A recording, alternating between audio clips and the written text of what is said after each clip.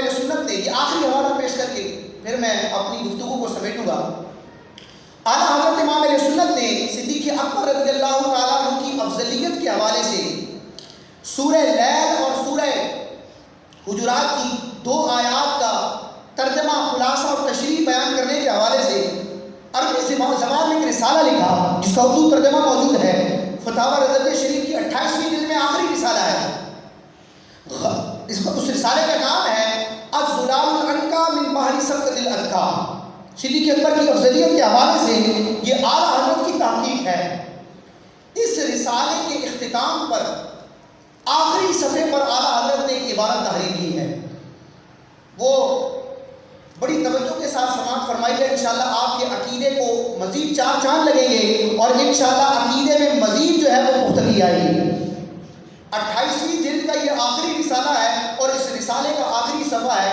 فتاوی رضویہ شریف کی 28ویں جلد کا آخری صفحہ ہے.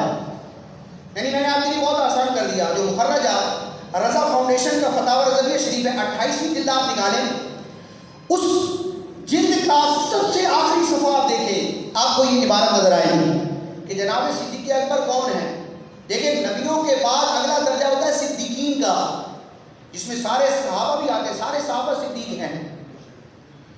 یعنی قرآن مجید کی آیت مبارکہ بھی اس پر شاہد ہے کہ نبیوں کے بعد اگلا درجہ ہوتا ہے صدیقین کا اور ان کے بعد پھر دیگر درجات ہیں. تو حضرت ابو بکر ہی صدیق ہیں لیکن ان کو اکبر کیوں کہا جاتا ہے؟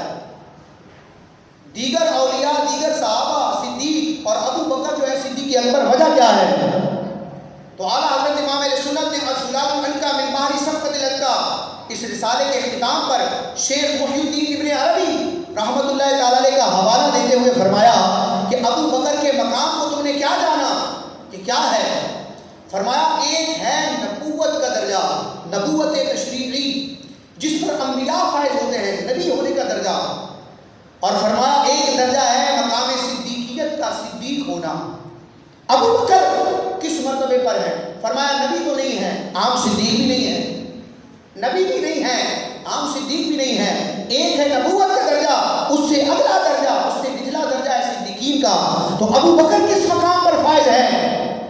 ابن عربی کے حوالے سے اعلیٰ حضرت بیان فرماتے ہیں کہ صدیق اکبر کا مقام و مرتبہ نبوت تشریعی کے نیچے اور صدیقین کے مرتبے سے اوپر ہے.